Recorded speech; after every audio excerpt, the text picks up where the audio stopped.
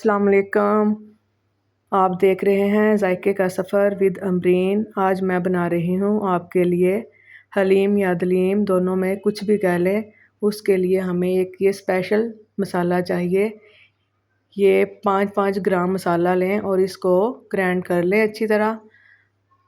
और जब ये हमारा हलीम तैयार हो जाए तो आप चूल्हे पे ही इस मसाले को 2 चम्मच भर के डालें और अच्छी तरह मिक्स कर कर सर्व करें।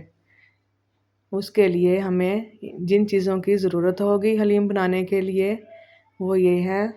ये मैं आपको ग्राम में बता रही हूँ। 200 ग्राम हमने चना की दाल लेनी है। ये देखें, इंशाल्लाह ये सारी क्वांटिटी आप इसी हिसाब से लें तो आपका हलीम बहुत ही टेस्टी बनेगा इंशाल्लाह।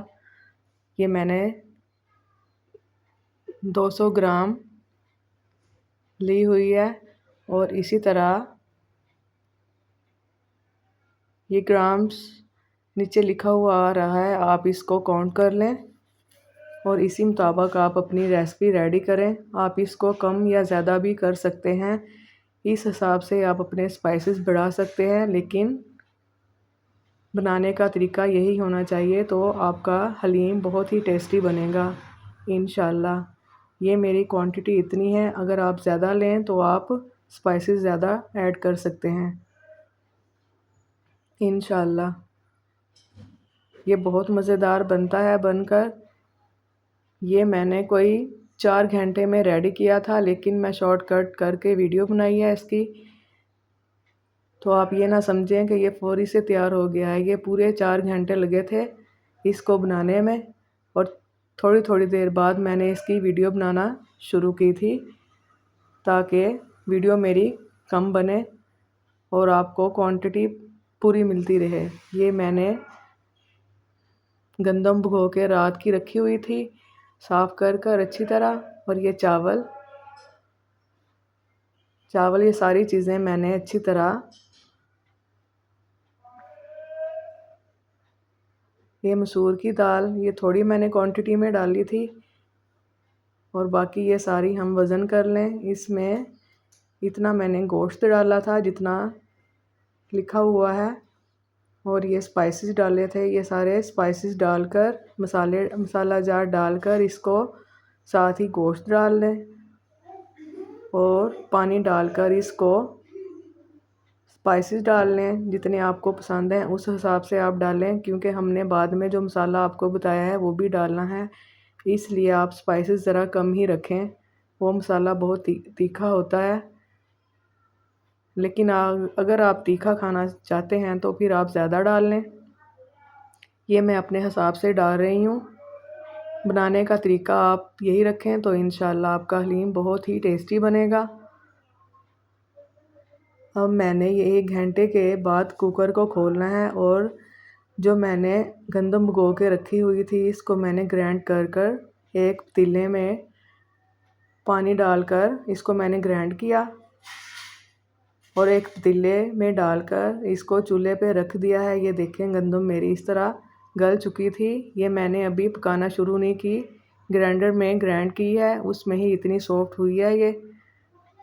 आप भी सेम इसी तरह करें और बाद में ग्राइंड करने के बाद में फिर मैंने एक जग इसमें पानी डाला। ये सिर्फ मैंने अब आपको एक जग पानी का डालते हुए दिखाया है, लेकिन इसमें 4 जग पानी के डले थे। आप इसमें 4 जग पानी डालें ऐसे ही वक्फे वक्फे से, और साथ ही इसमें 1 चम्मच भरकर हल्दी का डाल दें, इससे इसका कलर बहुत ही ज़बरदस्त आएगा। और इसको मिक्स कर लें और चूल्हे की फ्लेम चला लें और चम्मच चलाते रहें ताकि ये हमारी गंदम है खाली ये नीचे ना लगे। चम्मच चलाते रहें। अब मैंने इसमें सारी अपनी जो दालें भिगो के रखी हुई थी वो डाल दी हैं। साथ ही ये मैंने कच्ची दालें धो के रखी थी जो भिगो के, वो मैंने डाली हैं। इसको बारीक नहीं पीसा और मैंने इसमें पानी डाला है और मिक्स करना शुरू किया है। और साथ ही जो मैंने आपको चावल बताए थे जो भिगो के रखे हुए थे 2 घंटा पहले, वो डाल दिए और इसको अच्छी तरह हमने मिक्स किया। चम्मच नहीं, आपने हाथ नहीं रोकना, चम्मच चलाते रहना है। ये देखिए, ये बहुत जल्दी नीचे लगता है क्योंकि इसमें गंदम बारीक करके डली होती है। एक साइड पे मैं अपना गोश्त जो मैंने बनाया था वो इस तरह का गल चुका था। मैंने उसको रेशे रेशे बनाकर रख लिया था।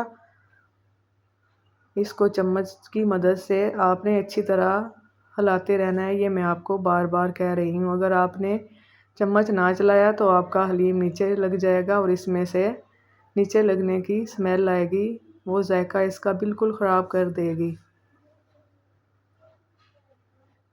ये देखें माशाल्लाह ये पक रहा है, लेकिन बर्तन मेरा छोटा है।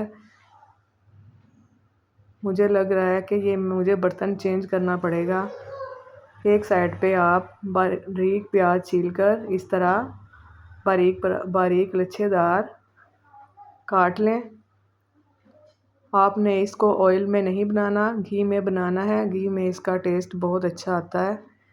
ये मैंने इसमें घी लिया एक पैन में, इसको गरम कर लें।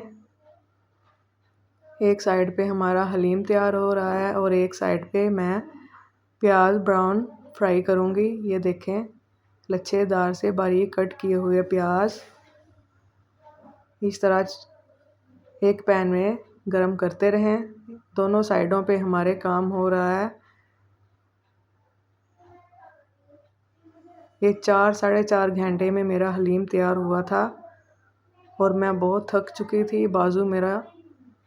मेरा बाजू थक चुका था चम्मच चला चला के। ये देखें, इस तरह की कंसिस्टेंसी में अब ये आया है। आपने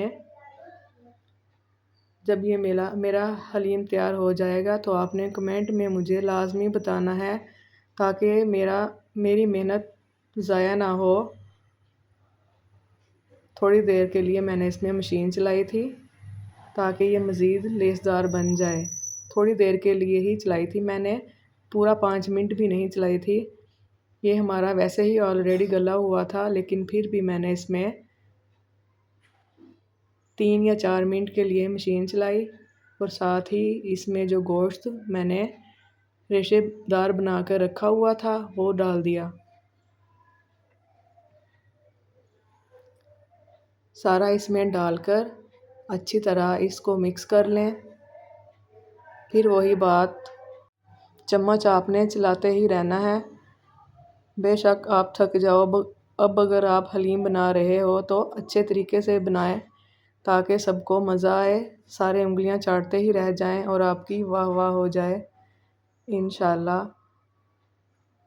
अगर आप मेरे चैनल पे नए हैं तो प्लीज़ मुझे सब्सक्राइब ज़रूर कीजिएगा और अपने ग्रुप में ज़रूर इसको शेयर कीजिएगा। थोड़ा सा मैंने इसमें 2 से 3 अदद लेमन इसमें निचोड़े मैंने। अब मैंने बर्तन चेंज कर लिया है इसका। ये देखें माशाल्लाह हमारा रेडी हो चुका है। मैं इसको सर्व करने के लिए, मैंने इसको बघार बिल्कुल नहीं लगाई। इस स्टेज पे मैंने वो मसाला डाला था, लेकिन वो थोड़ी सी मेरी वीडियो नहीं बनी जो मैंने आपको बारीक पीस कर दिखाया था चूल्हे पे रखे हुए देगचे में ही। उसके बाद आप इसको सर्व करें। ये प्याज जो मैंने फ्राई करके रखे हुए थे ये वो हैं। चाट मसाला छिड़कें, लेमन जूस इसमें थोड़ा सा निचोड़ें और कुछ डेकोरेट करें। इंशाल्लाह ये आपको मेरी वीडियो बहुत अच्छी लगेगी। अगर अच्छी लगे तो प्लीज़ मुझे दुआओं में ज़रूर याद रखिएगा और मुझे कमेंट में ज़रूर बताइएगा इंशाल्लाह। ये देखें माशाल्लाह ज़बरदस्त हमारा हलीम तैयार हो चुका है। इसको मेहमानों को सर्व करें इंशाल्लाह। ये देखें ज़बरदस्त कलर है इसका, आपको भी ज़रूर पसंद आएगा। चाट मसाला, पुदीना भी डाल सकते हैं आप, सब्ज़ धनिया, सब्ज़ मिर्च। ये मैंने नहीं यहाँ रखना भूल गई थी, सॉरी। तो आप ज़रूर इसके साथ खाएं, वो बहुत टेस्टी लगेंगी इंशाल्लाह। ज़बरदस्त इसका कलर है। आपने कमेंट में मुझे लाजमी बताना है। अल्लाह हाफिज़।